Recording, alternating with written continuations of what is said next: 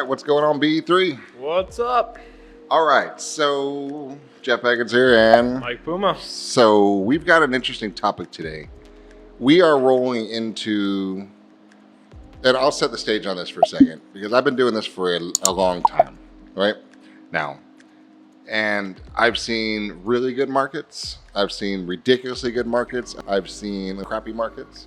I've seen flat markets, up markets, side markets, everything. I've never seen a market like this before, ever. Right? Ever. In a good way? In a good way. And I'll reframe that. This is the best real estate environment I've ever seen in my life. Okay? And that's a big statement. Yeah. Through the booms, all that stuff too. And because it's real, it's strong, it's solid, it's growing, it's vibrant, and it's real. I'll just say real twice, because it's 3 times now, because it's so important. What I mean by that, we have what drives real estate, right? You guys know what drives real estate is an internal comfort of consumer confidence, fueled by life happening. Yep. What are the primary drivers of why people move? Death, divorce, marriage, baby. Yep, got a job transfer, lost your job, moving around. Life happens to cause you to move. So, but ultimately where you move depends on what you buy, and your comfort level about what your future prospects are like changes your decision making. This is consumer confidence rules the world. Yep. So right now at this stage, now we're in 2019, the middle of 2019, rolling into third quarter to timestamp ourselves here.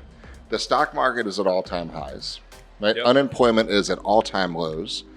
Inventory is extremely low. Mortgage rates are ridiculously low. The consumer confidence is flying high. Everyone feels comfortable about their future. Their jobs are there. The business is there. The house is stable. Everything's good. People are in expansion mode and thinking, and how are we going to restructure? Now, there's some disruptions here and there, and there's pockets, of course, with everything. But all in all, across the country, across the country specifically, because we're here in the U.S., everything is solid and stable. And there's more homes are being bought. Homes are being sold, prices are going up. Everything is perfect on a silver platter, spit, shine, polish with a bow on the top. Yep. That's what we have going on right now. I see way too many people not taking advantage of that right now. And it made me start thinking a little bit, like it aggravates me to a point, but then I'm actually totally accepting it at the same time. So there's no way you're going to motivate somebody that has zero motivation. Yeah. Right? It's just not going to happen. Yeah. And we were joking a little bit before that drive it's a total DNA strand or mutated gene, whatever you want to call it, that's not normal. Yeah. Right? Or is that fair to say? I think 99% of the time that's the case. I do think that unless your why becomes big enough, right? Something happens that literally pushes you to the brink of, I need to go put in the work, or I'm homeless, or whatever that is. That's a necessity. Yeah, then right? It becomes a necessity to put in the effort and the work. But without that happening, I'm with you. I think it is 100% a mental gene, something inside of you that enjoys the process far more than the outcome. I think it's interesting because what you just said clarified something. It's the why has to become strong enough to force the need to do something. Yeah. Right? Very few people have the ability to create a false why. Does that make sense? Yeah. Right? No, I agree. When a why hits, every one of us can throw the throttle down when we have no choice. Correct. But to throw the throttle down when you have a choice is where most people miss the mark. Yeah, I agree. I think that's hard. And I've been successful and I love business, but I would say even for me, that is a struggle. Yep. Well, why? Because somewhere in your brain creeps the drunk monkey, whatever you want to call it, that just jumps out and says, you don't need to do that. You don't. And then you're like, why do you need to do that? You can make it so much easier on yourself if you don't do that, right? And then some of us say, let's see, hold my beer, right? And just figure it out. So what I thought was an interesting thing to chat about today was I've got 3 agents in mind. I won't say their names, but I'll just describe their scenario. And I want to talk about vulnerability and what is going to put them out of business, right? Each of the three. So one, I was talking about, newer to us. She's a newer agent. Came to us from another company. She is a pretty good hustler. She's working pretty well. She's starting to get some deals. She's got probably 5 or 6 under her belt now, and she's growing.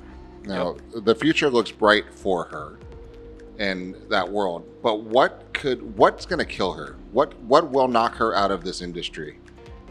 Well, if there were one thing to knock her out of the industry, what would it be?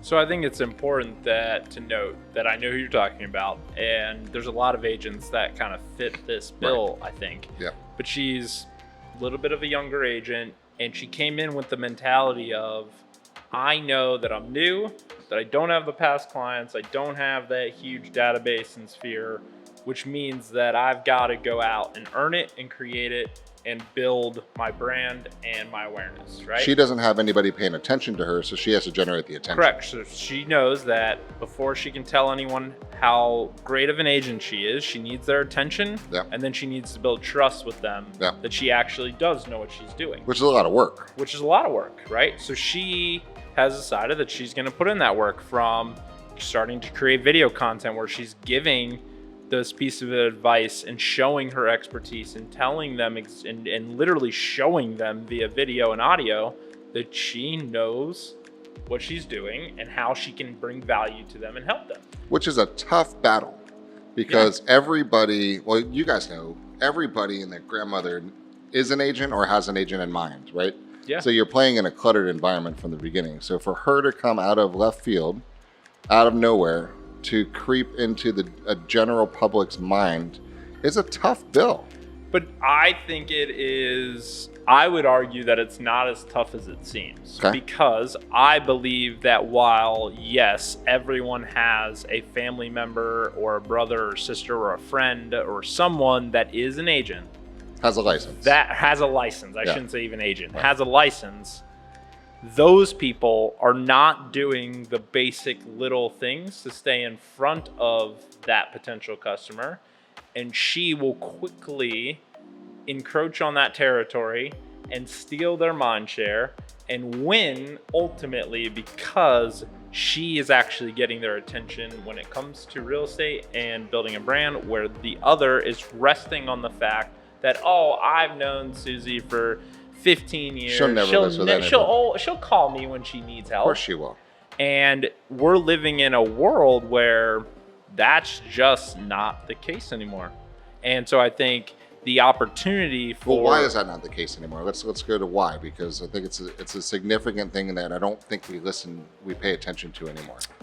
In my opinion, it's just ease of use, right? Yep. We as humans take the path of least resistance in almost every single aspect of our life. It's the reason Uber is so successful. It's the reason we love Amazon getting us stuff the very next day. Yeah. We just want convenience, right? And when I am on a social network, which everyone practically on the planet is every single day, and I'm in my newsfeed, and someone is populating in my newsfeed every single day, they're going to get my attention. And it is extremely easy for me to connect with them, versus if you are in my phone, or worse, not in my phone, and I've got to call Sally to get your number, or Google.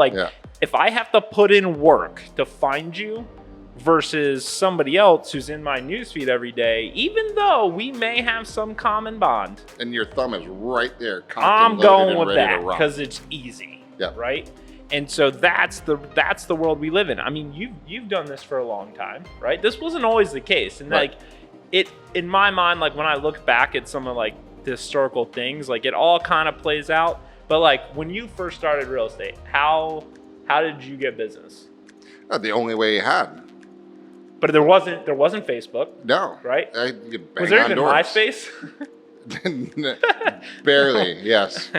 Barely MySpace. Did you have a top 8? AOL account. Did you have a top 8? You had a top 8 of MySpace, didn't you? Of course. So I mean, totally bad.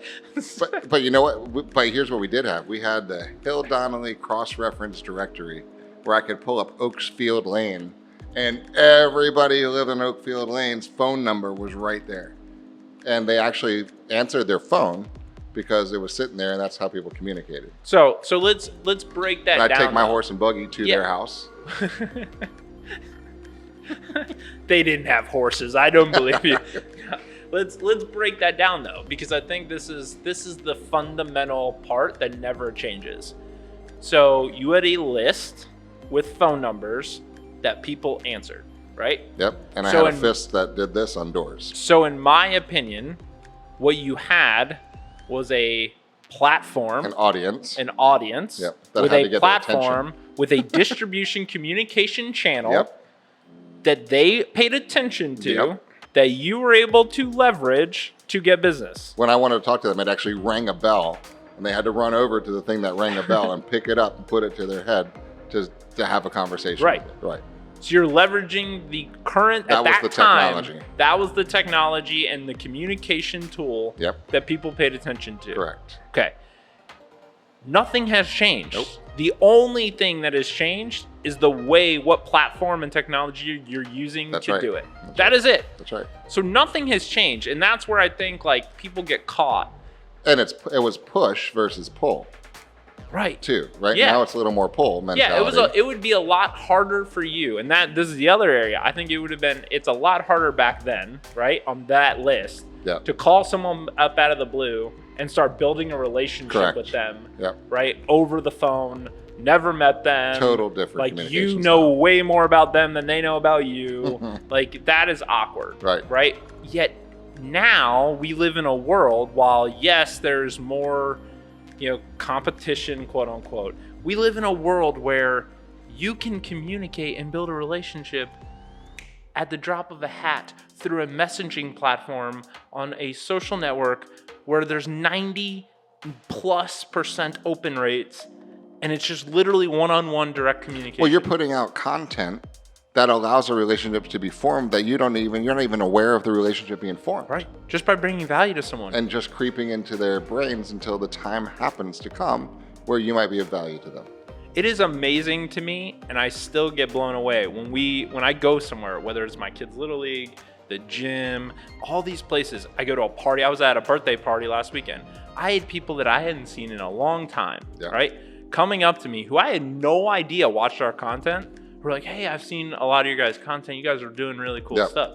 It blew me away. Like, but all we've done is created a framework where we're pushing stuff out there, and you just never know who's going to actually watch and engage. But why not leverage it? It's there, guys. It's right here. Like, it's literally in the palm of your hand. You are on it. You're never more than 2 feet away from it. Right. Ever. But back to this. Let's circle back to this agent situation, because she's doing well. She's creeping into the eyeballs and attention. Yep. And she's doing it. But the one thing that's going to knock her out, or could knock her out, is what? What's she at risk? Her biggest risk is someone with an already bigger brand, because they've been doing it longer, who've sold more homes, who have a bigger sphere locally. Yep. Her biggest threat is someone like that wakes up and decides to do the same strategies that she's doing to communicate with those people with more credit and more experience. That is her biggest threat. And fortunately for her, most won't do it. Most of the agents who have the credibility and the book of business and the past client base and the large spheres and the local brand are resting on their laurels, thinking that it's always going to be that way. They're the most vulnerable people in the business. But of those of you watching who have that credibility, have that brand, when you fire this up and start to leverage the same things, she's dead, because she's not going to steal somebody away from you once you remind the people that you're here, right? No, yeah. No. You make it much harder for her, because then she's got to rely on a paid strategy, which she may or may not be able to afford, and it'll be much harder for her. That's right. She can still do it. It's going to be difficult. Yep. So now let's pretend you're that established agent with the credibility. Yep. And you're rolling, and you've got that whole sphere. You got your past client base. You have signs up in the neighborhood. Your face is on the Little League field, and you got a little bus bench, and I know that's your favorite. And all those things running around. So you've got some of the marketplace, and you've got business. What takes you down? What's your vulnerability when you're at that top agent level? That newer agent. because they're hungrier, they're willing to put in the work, they're willing to do the things that you are likely either not doing or taking for granted. Or don't have to do. Or feel like you don't have to do yet, right? And I think a lot of the times as the top agent, and this is any business in general, if you talk to anyone who's built a business over time, it gets harder a lot of times the more money you make, right? Right. The organization gets bigger. It's tougher to pivot. You have more money a lot of times sitting in the bank, so you don't analyze decisions maybe the way that you should. You're not constantly looking at new little ways to grow. You're looking at from a much more macro position, right? And so I know that like when me and my brother started our business, years and years ago, when you had $50,000 to open an entire location and order inventory and do all that stuff, we're sitting there like looking at every single thing, analyzing every decision and making sure that because we had to make every dollar work. Yeah. The more money we made, the more worse decisions we made, and then you become comfortable, complacent, and you become complacent, and you don't continue to make the little things. And I find you stop doing the practical things. Like you just become impractical. You just do. One thing you just said was kind of interesting for me. Building a business takes time. I think what especially top agents, experienced agents in the marketplace don't understand is that the definition of time has changed completely, right? The ability that when it used to take years or decades to build a brand in an area literally takes a quarter now. Yeah. Right? Really, that's the scary part. I was talking to one of the new agents in one of our beach offices. He came in and we got a strict ass business plan, and he needed, we've talked a lot before, either doing deals or building a business. Yep. He's not in business building mode. He's doing a transaction. He needs business right now. So we put him down the path of for sale by owners and all that, and to build that business and grow, just get those transactions and go. He's been cranking it out on a daily basis for the past week. He just got $1.6 million listing. It's his first week in the business, right? Yeah. That took time, right? Yeah. But he put a lot of energy and effort in there, but now he's going to be able to leverage that he's a multi-million-dollar producer agent that belongs in that area. Now, if he leverages his quote-unquote success, right? Yep. It's easy to quote success when here's my new listing, here's my newest listing.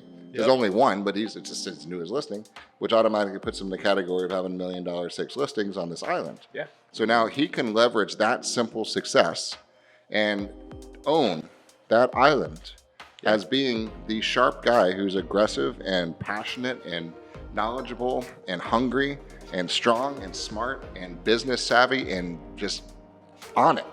Yeah. For $5. Oh yeah, I mean, that's just the world we live in. I mean, there was an agent we were talking about who's not with us, who's in your marketplace over in the beaches, who's built a very well-known brand in a certain niche, right?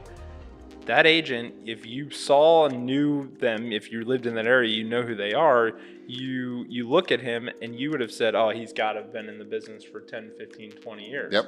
He's been an agent in Florida for 3 years. Yep. 3.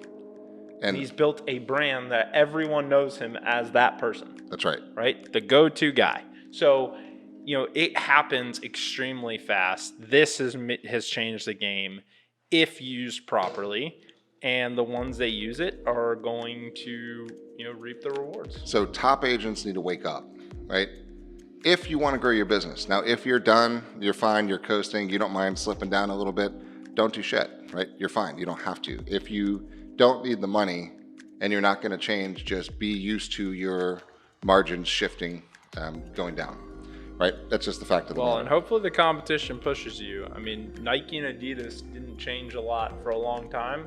And then a little company called Under Armour came about and ate their lunch. And then all of a sudden, both those brands woke up. And then now all of a sudden you see those three competing head to head for every athlete and everyone. If you would have asked Nike during that time period when Under Armour launched as a small little startup from a guy who went to the University of Maryland with one shirt, if they would have been competing against them 10 years later on a global scale for endorsing the biggest professional athletes on the planet, they would have laughed you out of the room, Yep. right? In the same way that you as a top agent, if a new agent came to you and said, I'm going to literally build a bigger business than you, and we're going to be competing on the same listing. I will have more market share than you within in the 6 months. In the next year, right? You would laugh them out of the room. Well, wake up, guys, because it happened, and it happens every day in every industry. You are not an exception to the rule. It will happen. But you are lucky to be able to have what you have and leverage what you have. Absolutely. But only if you do it. Right, because Nike was able to wake up and go, crap, we got to do something. And well, pivot. thank God we're Nike. Yeah. Let's just tell everybody we're Nike. And pivot and still compete, right? And that's the advantage you have. You're not going to be dead because you have enough business and brand and clout built, but now you're going to have to learn to leverage it or you will be in trouble. All right, let's talk about who's most dead in this industry, right? Middle. Well, in my opinion, let me preface that. I think in any space, category, business sector, if you are in the middle, you die.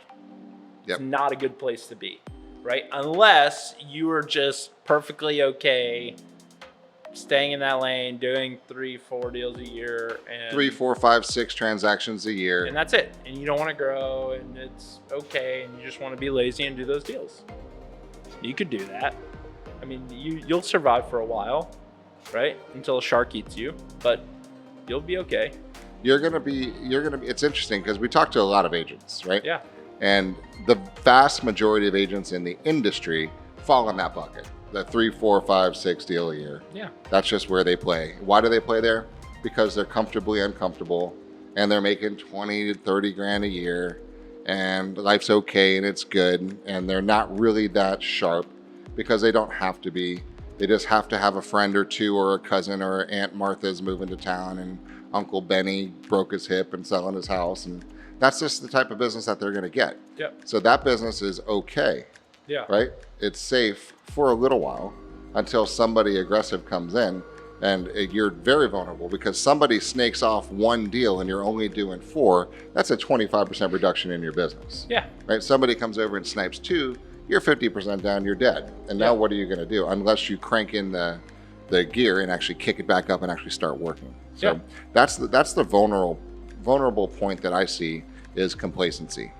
And if you're okay being complacent, then enjoy the bumpy ride, right? Because enjoy it. Yeah. And if you're going to get a couple deals a year, just have at it, do it. But for the rest of us who are actually looking to grow a business, right? And let me rephrase that because that's not true.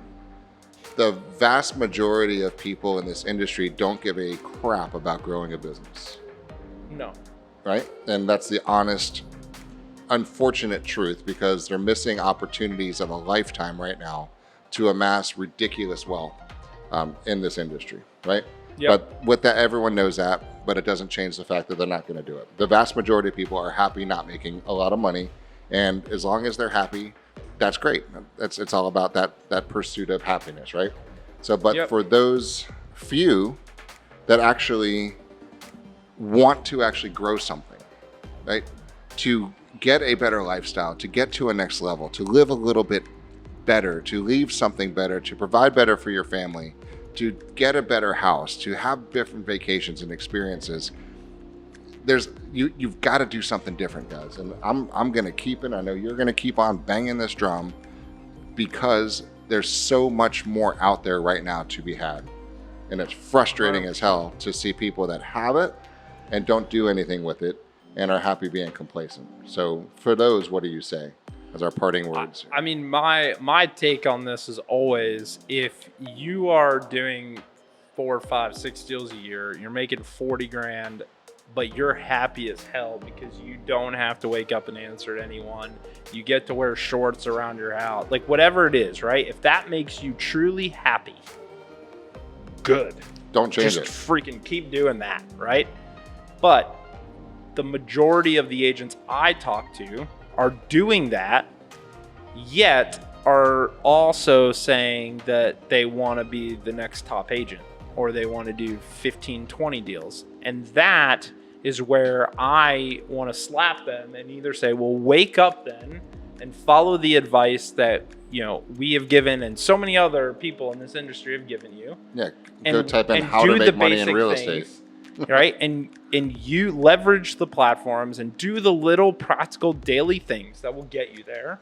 Or shut up, stop complaining, and just be happy doing your 4 or 5 like that. There's no other option. You're either going to do the work to get to the level that you want, or you're not. And the only way that you're going to get to that level is if you have a reason to get to that level, whether it's I love the process of building something and that's enough to drive me, whether it's, my kid wants to go to Europe and I want to take them and do an amazing trip, whether it's I need to save for my retirement, college, it does not matter. If you have a reason, big enough reason, and a true reason that's motivating you, you will do it. If you do not, you will not. Yep. And that's okay. Just be self-aware enough to know the difference, but have some respect for the game too. Gary Vee said something recently, which I just thought was, one of the smartest things I think I've ever heard him say, which is just, a professional athlete, an NBA player did not pick up the ball one day and just say, you know what? I think I'm going to be in the NBA, and was in the NBA. That's right. Right? They actually had skill. They had to practice. They had to work. They got coached. They kept working at it. They did drills, hours, kept developing that talent, realized that they were big enough or good enough, and were able to make that dream come a reality. I couldn't go pick up a basketball tomorrow and just say, you know what? I'm going to go play in the NBA. It doesn't work like that, right? And I would never have the audacity to think that. Yet, you have people who think that I can just go get a license and be a business owner. Yeah. It blows my mind. I talked to an agent yesterday, and we had a tough conversation. And the conversation was, this business is not for you. This industry is not for you. You need to go do something. What are the alternatives, right? Go drive Uber, for God's sakes, right? At least you'll get a paycheck, right? And talk to people, because the conversation says, I'm not making enough money, I don't know what to do. And I just flat out call bullshit on it, because you absolutely know what to do. You just chose not to do it, right? You just everybody watching this, you know exactly what to do. You need to talk to more people, and you need to find out who's buying or selling real estate. You need to connect with them, have them trust you, and sell them a freaking house, right? That's all you need to do. Be there. Actually, you just need to be there with them when they find the house they want to buy and help them write it up. That's all you have to do, right? So for this person to say it's not working, no, the only that's not working is you, right? How many people did you talk to yesterday? How many communications did you have last week? What did you do? If you didn't talk to people last week, how could you possibly have the audacity to say that it's not working, you're not making any money? Go get a job. Tradespeople are needed too, and you're going to be very well paid, and that's your world, and have at it, and love you, high five, get out of here, right? Yep. That's the right thing to do, because if you're only doing 2 or 3 deals and you're not willing to put the energy and effort in to change your life, to get more transactions, to fund your lifestyle, go be a Walmart greeter, for God's sakes. And that's what I'm motivated by doing, is just cleansing up this industry, raising up the professionalism, let everybody make enough money to have a badass lifestyle to put a big ass smile on your face. That's it. That's the simple version of it. So realize the vulnerability and really appreciate the fact that you can turn it around literally tonight. Oh, you literally could. I mean, this thing literally, you could start a podcast right now. You could go shoot a video, take a picture. You can go live on your Facebook or Instagram right now, and one of your friends is getting married, having a baby, or mom is moving. Here is, we were talking about this before we even came on. I've talked about this before. I'll leave you guys with this. Two thoughts. One is, for those of you that are scared and embarrassed to take a photo, put yourself on camera, hear your own voice, even though we all know what you look and sound like. If that is you, and that is the reason that you are not doing anything from a social network perspective, I want you to go download the LinkedIn app. When you download it, it's going to invite and automatically connect you with people that you are connected with on Facebook and from your database. LinkedIn will send you a notification every single day when someone in your sphere started a new job, got promoted, or relocated, right? Literally, it prompts a response for you, and all you have to do is hit send, and it will send a one-on-one message to that individual. You don't have to type, no picture, no video, nothing.